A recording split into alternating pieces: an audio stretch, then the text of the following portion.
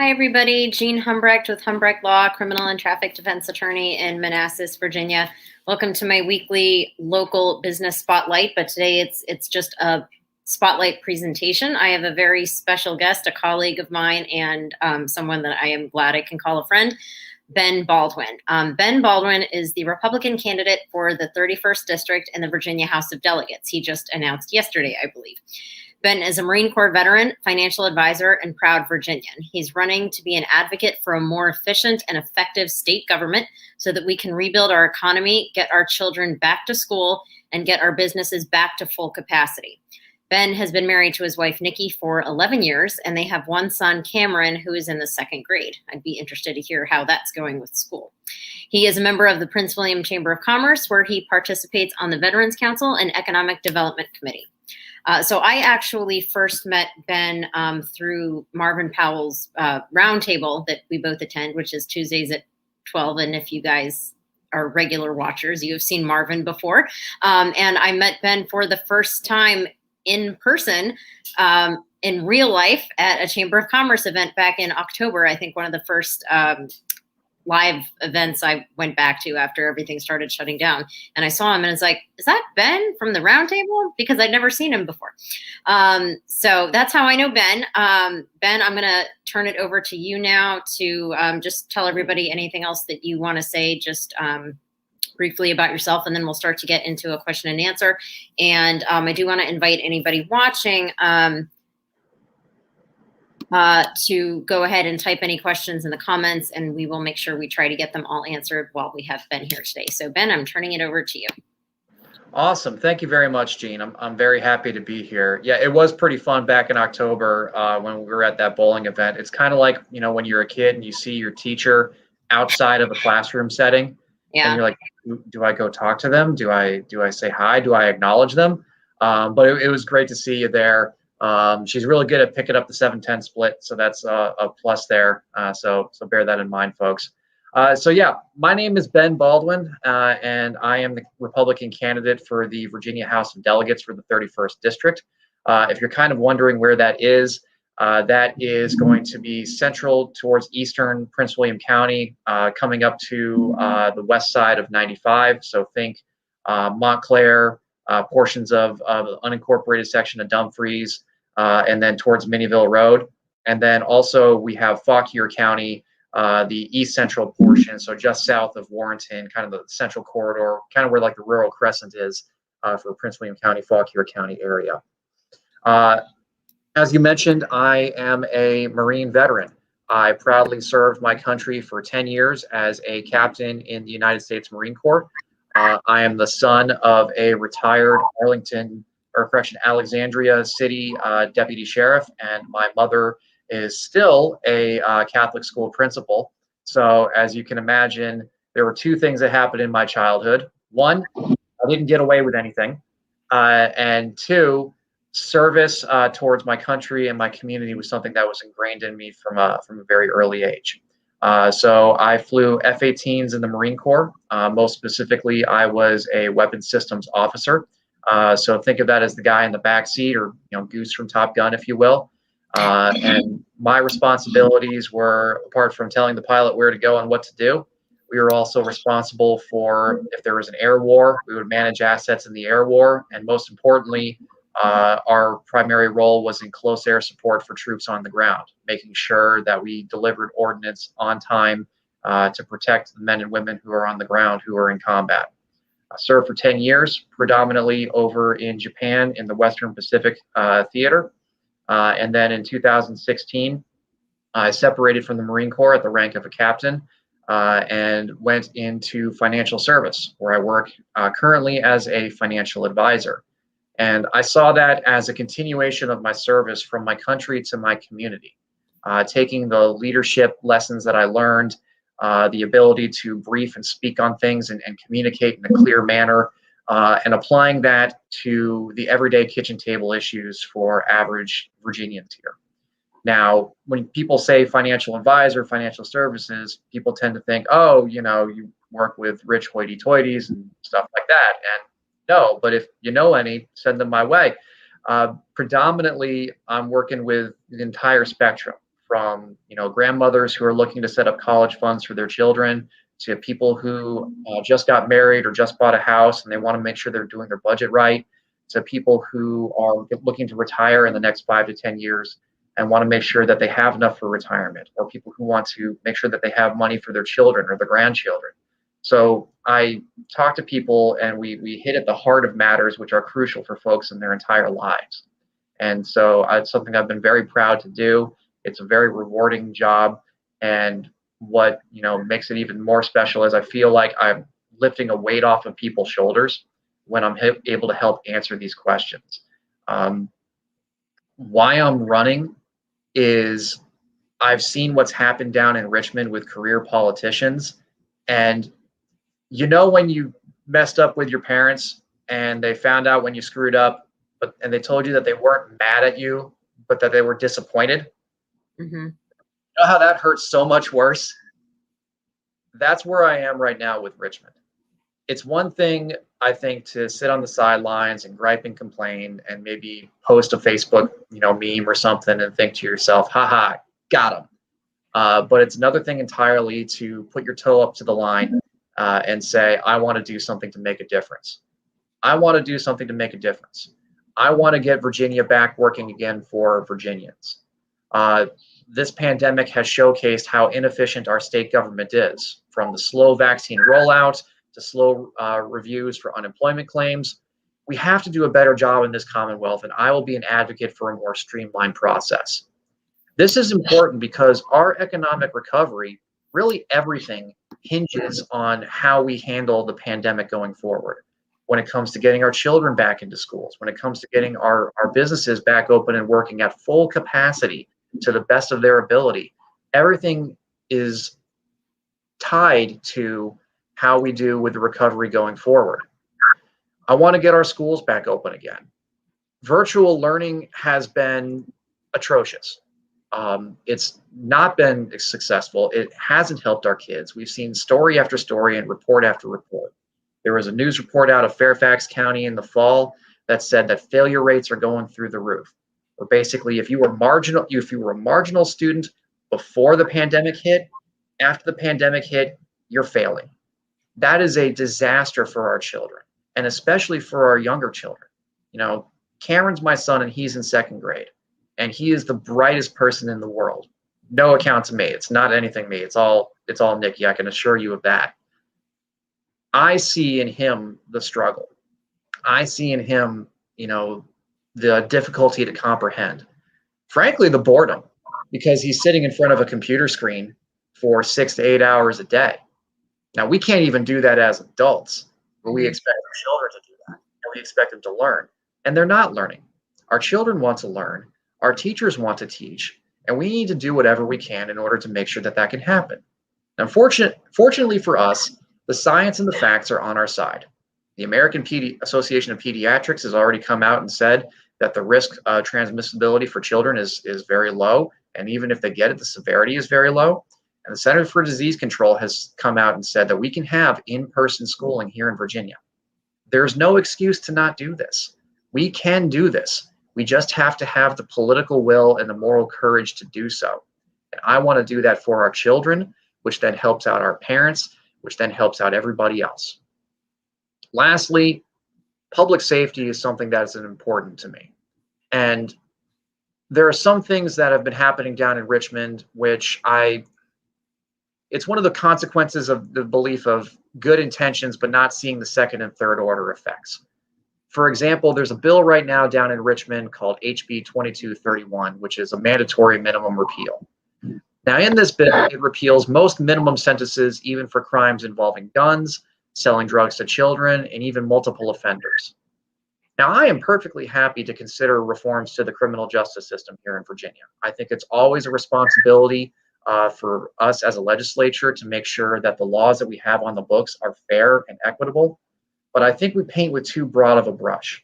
And I think what is necessary right now is nuance and introspection and understanding what it means when we're trying to do the things that we do. If we do that, we will better serve our communities and we will better serve the Commonwealth. So that's me ranting and rambling there for a little bit as far as why I want to run for the Virginia House of Delegates. I'm happy to answer any questions you have. Hopefully we get some questions in the chat. I think this is going to be great. Thank you again for having me. Yeah, of course. Thank you for coming on. We're getting more people tuning in to watch you, so I'm sure we're going to have questions. As Ben said, if you're just tuning in, feel free to type your questions in the chat, and we will get them answered. Ben talked to us. Sarah White already had a question. She wanted to know why you decided to run, but we answered that. I have kind of some specific questions because a lot of people might not really know what a delegate does for them. We've talked about all the things that you want to do, but can you tell everybody what a delegate does in the Virginia House of Delegates? Sure. So the best analogy that I'll always give, because we always try to relate things, to a federal level, if you will. And so a Virginia delegate is basically the same thing as a representative in the United States Congress, where we are representatives of, there are 100 delegate districts here across the Commonwealth in Virginia. I'm running for district number 31. And our job is to be the most responsive to our constituents. When they were designing the Virginia Constitution, just like with the United States Constitution, they wanted the House of Delegates in particular to be the ones that are most responsive to the needs of the people of Virginia, which is why we're voted on every 2 years. That's why there are more delegate seats, because by doing so, we're able to have a broader range of ideas, differences, opinions, all those things. So we work as a legislature. It is the job of the Virginia legislature to create and pass laws that then get signed or vetoed by the governor. Mm-hmm. So we are, as the founders intended, the first branch of government. We are the ones who are responsible for crafting legislation. We are the ones responsible for making sure that that policy is put into effect.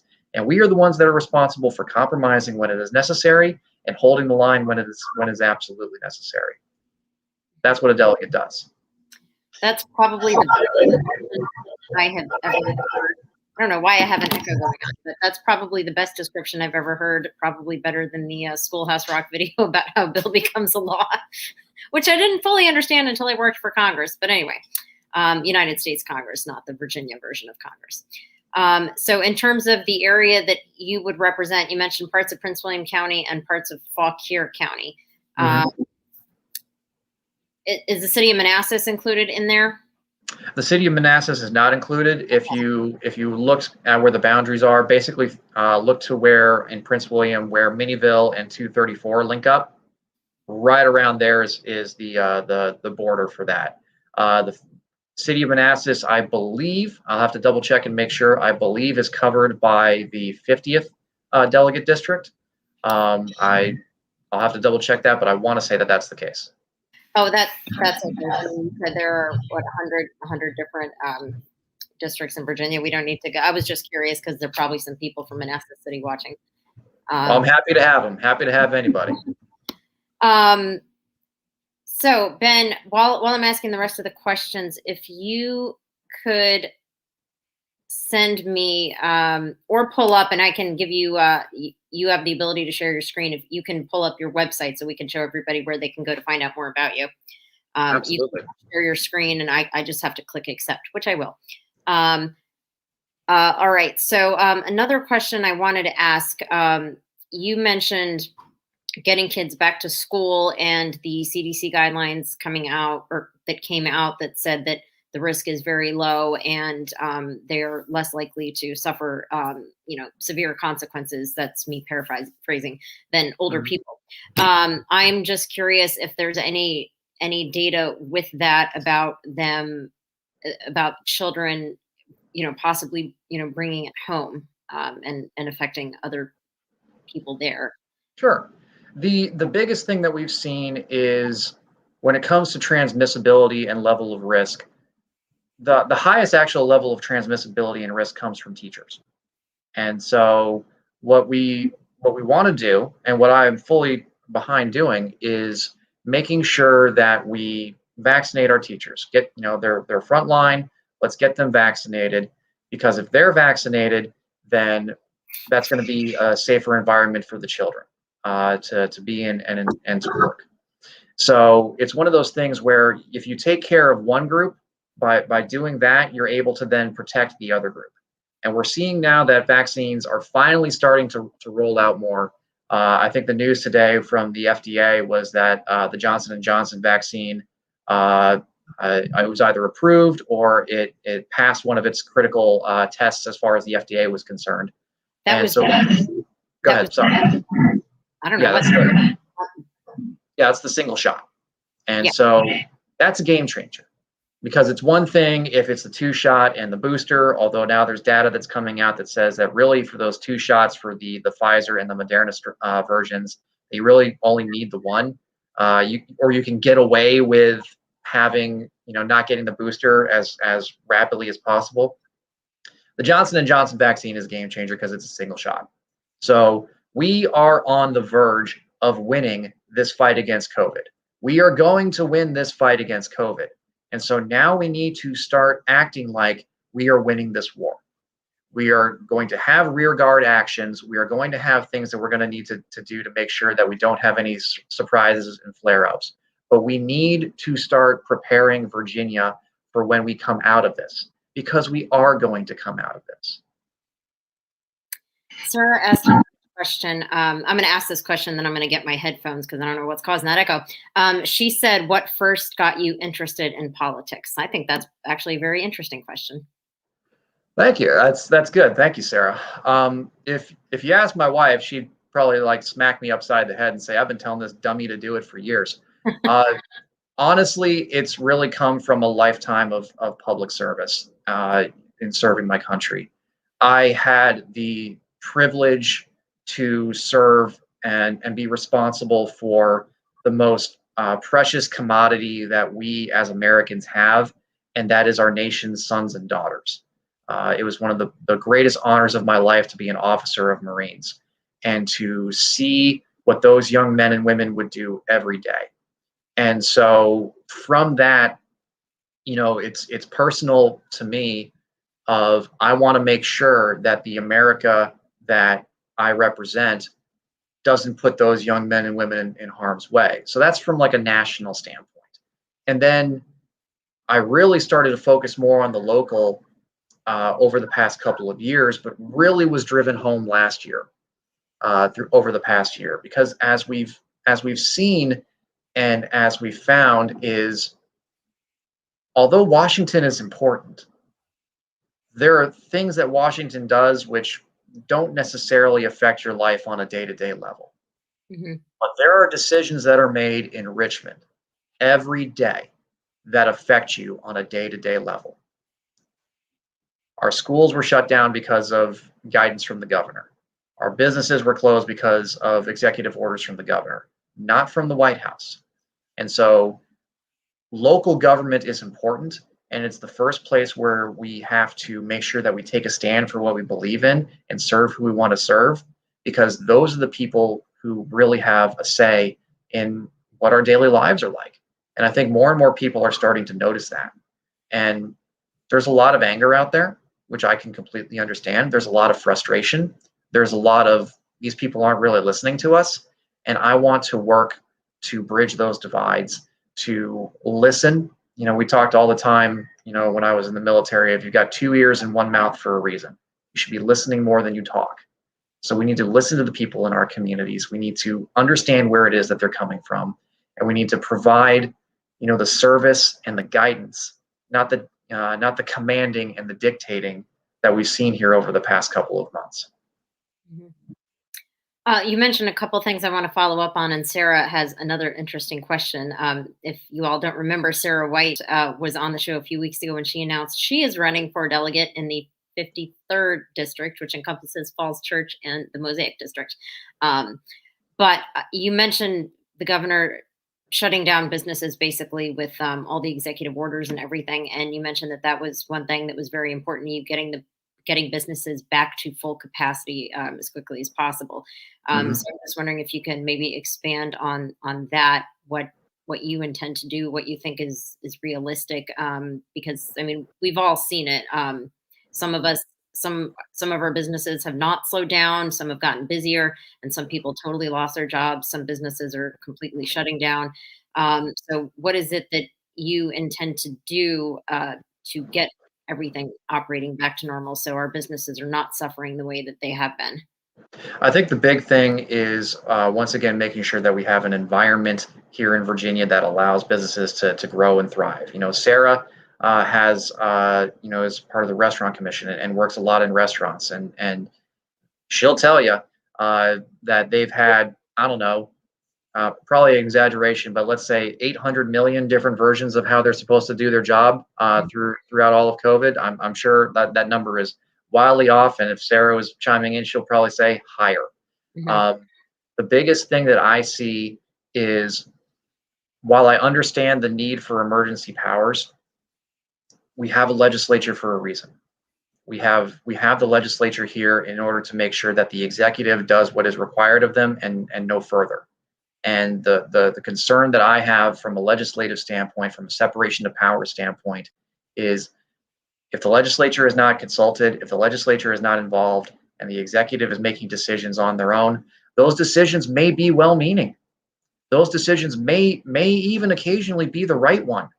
But if they're not made without consent and without guidance and without input from the communities, then mistakes will be made. We've seen this with the vaccine rollout. We've seen this where the websites don't even work for people to sign up and get the vaccine. We've seen this with unemployment benefits where people aren't getting it because, again, websites are crashing, checks aren't going out, all these things are happening. We need to make sure that we have buy-in from every portion of the legislature to help to increase the odds of success. Now, does that mean sometimes things get slowed down? Yes, but it also means that things get done right. And that's what I want to do. Okay. That was a really good answer. And it goes back to the division of powers and the three different levels of government that we have for a reason. People, I don't think, talk about that very often, and they really should, because yeah, you're right. Executive powers, they do exist for a reason, and the ability to issue an executive order at the state or federal level. But I'm glad that I asked that. You brought up some really good points. And Sarah did say 801 million, but you were close. All right, I was off by one. Thank you, Sarah. Or yeah, one, or 1 million. But anyway, so, and I will also just add one other thing, and I'll get to her other question. Even me being an attorney looking at these executive orders, because I did a live about this, I don't even know if it was the first time back in the beginning. So much was unclear, and so much is unclear. And every time a new executive order comes out, and I don't always look at them all the time, but if I have a question about something, I say, does this supersede the prior executive order, or does this incorporate and add to it? And that's not even clear. So, I mean, me being an attorney, I still can't figure it out. So I'm not surprised that any other people can't figure it out, and people in the restaurant industry can't figure out what their requirements are, because it's all over the place, and there's so many exceptions for this and that. But if I could tack on to that, what you're talking about is something that is really what businesses want, and that is continuity. Mm-hmm. Businesses work best when they know what the rules are. If these are the rules and these are the things that I need to do, and this is the continuity, hey, no problem. We've got that covered. I think that's the big thing that we need to stress is continuity, simplicity. These are the rules. These are the reasons why we've came up with these rules. Here are the clear-cut examples. And you're right. In the beginning, we didn't know what we didn't know. So I'm willing to give the benefit of the doubt for people who were trying to make the best decisions back in March and April of last year. Well, now we're coming up on a 1-year anniversary. There's more things that we know. New things have come to light. We now have more knowledge than we did a year ago. And so our policy needs to be driven by the facts on the ground, absent political bias. This is one of the few times in history where we have to set aside our political blinders. Unfortunately, that didn't happen a lot last year, and we've suffered because of that. I want to make sure that we get back to a government that works for the people here in Virginia, regardless of party, regardless of bias, based on the facts, to drive us towards a better and stronger Virginia. Sarah asked if you could fix one issue with sorry, I can't read it. If you could fix one issue by flipping a switch, what would be the issue you would tackle? I'd be terrified to do that, actually. It's funny you think about that, like king for a day. And this is part of my conservative values. I wouldn't even want to have that power and authority. It's one of those things that's no, it's the weird, that's the weird not answer, but I would not want to do that just because that's too much power and it can be too dangerous. Maybe, I don't know, foot massage from my wife every Friday. No, that's definitely not going to happen. I'm going to get smacked for that later. But I honestly, the way I look at it is we have to build consensus for a reason. No one person has the answer to everything. The more that we think that, the further away from the representative government and the democracy that our founders wanted us to have. They wanted consensus. They wanted messy. They wanted food fights, because that way bad legislation doesn't get through.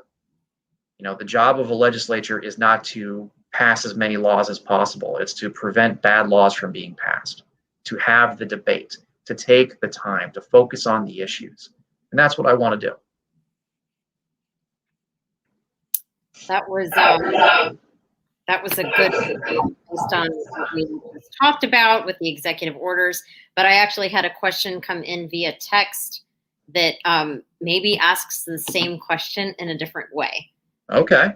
What is your top legislative priority? Okay.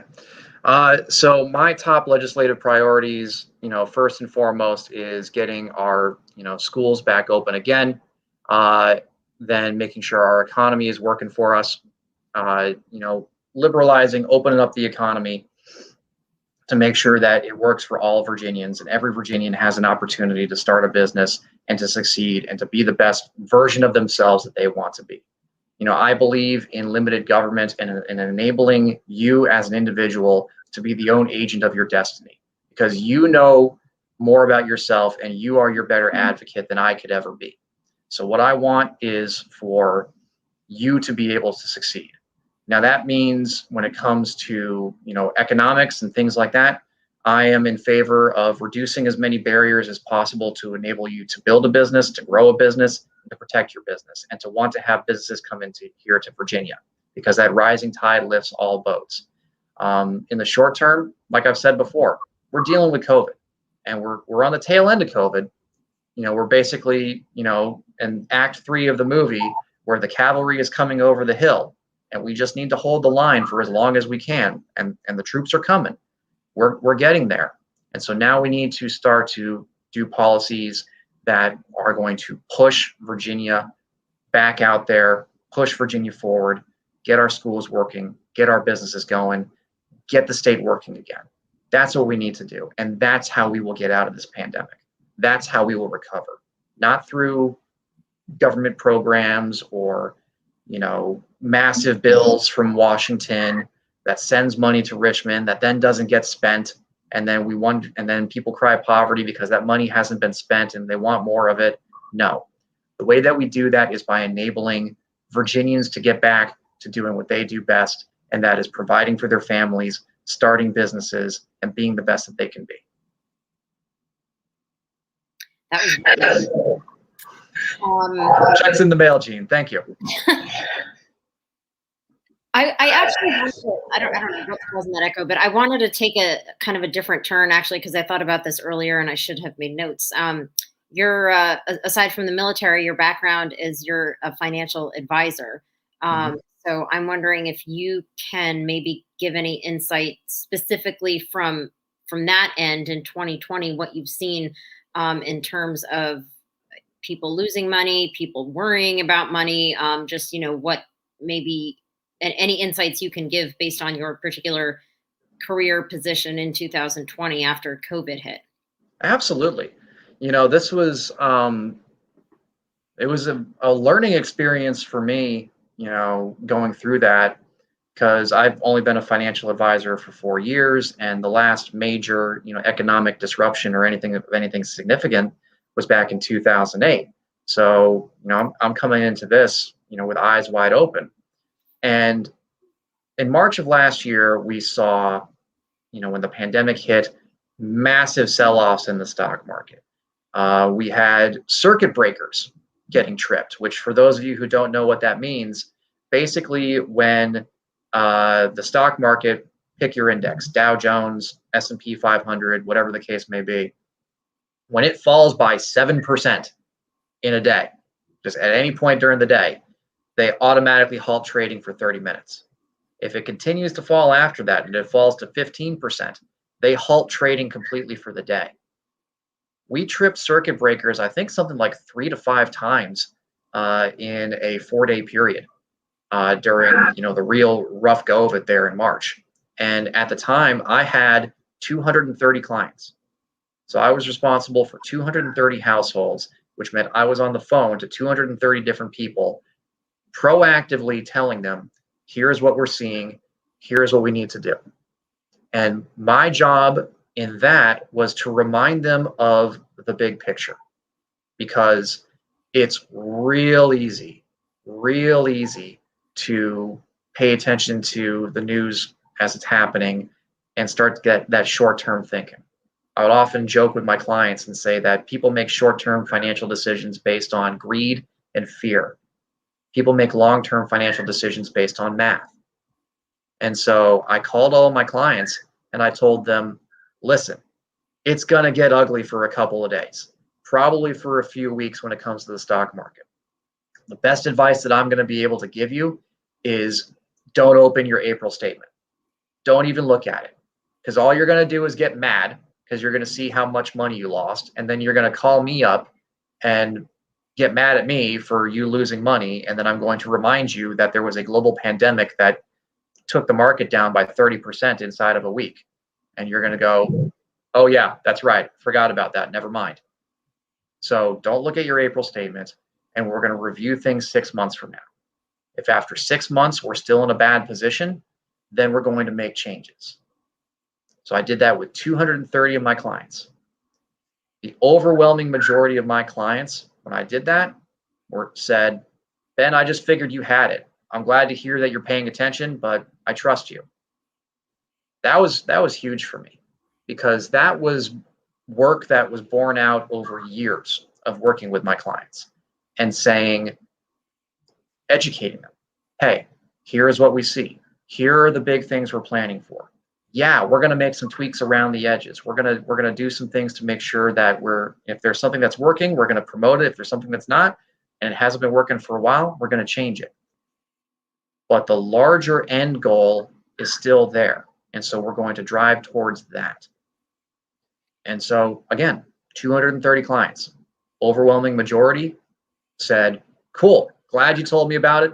I wasn't really paying attention because I assumed you had it. I had about 20 or 30% of those clients who saw that and said, Ben, what's on sale? All right, I like you.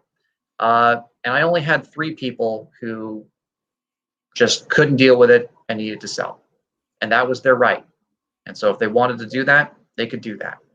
And later on, if they wanted to come back in, that's fine. I could understand that. But I held my head up high because I was proactive. I informed them, and I made sure that they were able to make the right decisions based on the guidance and advice that I was giving them. All those things translate to being a legislator. All those things translate. It is our job to inform our constituency. It is our job to provide guidance to our constituency. It's our job to say why we believe a certain policy will be in the best interest of our constituency. But it's also our job to listen and to adjust the policies when necessary when we get that feedback. That's what I've done as a financial advisor. That's what I've done as a Marine. That's what I will do for the legislature in Richmond. That is a really good place to end. I hate to cut it short, or cut it off, I should say. But while we are finishing up here with Ben and anything he wants to leave us with, type your questions in the chat if you have them, if there's anything else that wasn't answered. And we might even continue with the discussion based on how we finish up here. But you want me to toss up my website real quick so folks can see that? Yes, yeah. Your website. I got to approve the screen share over here, which I will do. And then on this website, you can find out more information about Ben and how you can help. Oh, we should end with that, actually. If folks want to help, how can they be of service? Yeah, so what is it? Why don't you tell them how they can help you and your campaign? Sure. So the biggest thing that we're looking for right now as we're getting the ball rolling is we are looking for people who want to donate to our campaign. We are looking for people who want to volunteer to go knock on doors when we start to do that here in the spring, and especially hot and heavy in the summer and as we get into September and October. Right now, it's all about raising, brand awareness. Let's call it that. I want to get my name out there. So I want people to come visit our website at www.benbaldwinva.com. I'll click the share screen. So if you're ready to accept, I can I'll pull that up there for you. We're going to have mild boomer moments here, guys. Don't worry about that. All right. Well, I will. There we go. Oh, Chrome tab. There we go. Ben Baldwin for Delegate. There it is. I got it. It was my fault. So this is our website, benbaldwinva.com. You can see there's a donate tab. So if you want to donate, we've got a Facebook page. We also have a Twitter handle. So there's that. You can also enter in your name, your email address to come join the team and get updated on when we're doing things in the district, when we're going to go out and knock on doors, when we're going to have events like this. So we're looking for people to join. We're looking for people to donate. We're looking for any help that we can get. Doesn't matter how big, doesn't matter how small, every little bit helps. I don't ask for much. I just ask for more than zero. Whatever you're able to give will be appreciated and will be put to use. I want to win this. I wouldn't be in this if I didn't want to, but I need your help in order to do it. And the one thing that I will guarantee and promise is I will work as hard as is necessary. I will talk to whoever I can talk to. I will knock on whatever door. I will wear out my shoes and buy new ones and wear those out. Of that, you have my guarantee. This is what I want to do. It's not easy, but nothing good doing ever is. And I will work to serve the people in our community. Let me ask you one follow-up question. Can people help and door knock and make phone calls and volunteer and all that, even if they don't live in your district? They absolutely can. If you want to come out and knock on doors, the way I look at it, I'm happy to have you because you believe more in the cause that we as conservatives and Republicans believe in. You believe in limited government. You believe in individual rights, and you want to see those things succeed. The way I look at it, I don't particularly mind where you come from. I don't particularly mind where you're at or what you do. If you're willing to spend time to work with me, I'm willing to talk to you. So I'm happy to take all the help that I can get. Happy to take wherever the donations may come. My job is to help to facilitate that and to help get our message out to people. So, I mean, if you're driving up from Florida, okay, maybe not so much. Let's think about this here for a little bit. But if you're here in the Prince William area, if you're here in the Fauquier area, maybe you're not in the district, but you like what I have to say and you want to help out, happy to have you. Who am I to say no to that?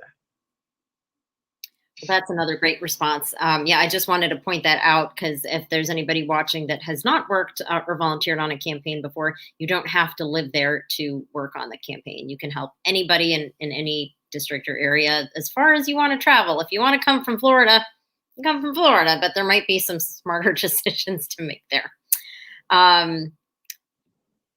So I just wanted to tell everybody one last chance. If you have any other questions, put them in the chat.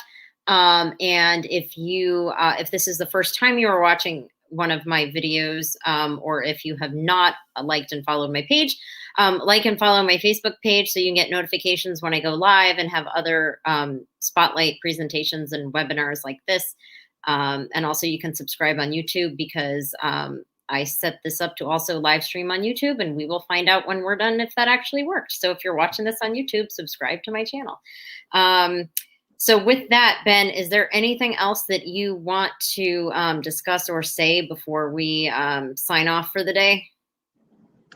Really, it's just driving home a lot of the things that we talked about before. This race is about an extension of my public service. I had the privilege of serving our country and our community, and I want to earn that privilege once again. We need to get the basics right here in Virginia. We need to make sure that we get the vaccine distributed as quickly and as fairly as possible. We need to get our children back in school. We need to make sure that we are prepared for the future and for the economy that we are now going into here in the 21st century. We can do this here in Virginia. I believe that I can help to be a part of bringing that about. I don't think the leadership that we have in Richmond is capable of doing that. I want to help to affect the change to make Virginia the place for businesses, the place for families, the place for everyone. We can do that here. All I need is your help. Well, that is a very good because that reiterates everything that we talked about. And if you guys have any more questions, go to benbaldwinva.com. If you want to support Ben, go to that website. If you have any questions for him, Ben, I'm going to ask you, you can even do this after we're live, but you can type in any information in the chat so anybody can find you, whichever ways you want them to contact you. And thank you so much for coming on today. I really appreciate your time. I know the life of somebody running for office is very busy in addition to working a full-time job. So I appreciate you coming on. It's always good to have you. So thank you. Thank you, Jean. It's always a pleasure to see you again and to talk with you. We'll get you out there bowling, and hopefully you'll be able to, improve your aim there and get a couple more strikes. And he's being generous, everyone. So thank you, Ben. Thanks again, and have a good night. And everybody tune in again next week for my next local business spotlight, which is going to, it's National Mulled Wine Day. So it's going to be a really interesting spotlight. So tune in for that March 3rd. I should have been on that one. That would have been a lot more fun. You can join the party if you want. There you go. I like that. All right. Well, I'll talk to you later, Ben. Thanks again. Thanks, Gene.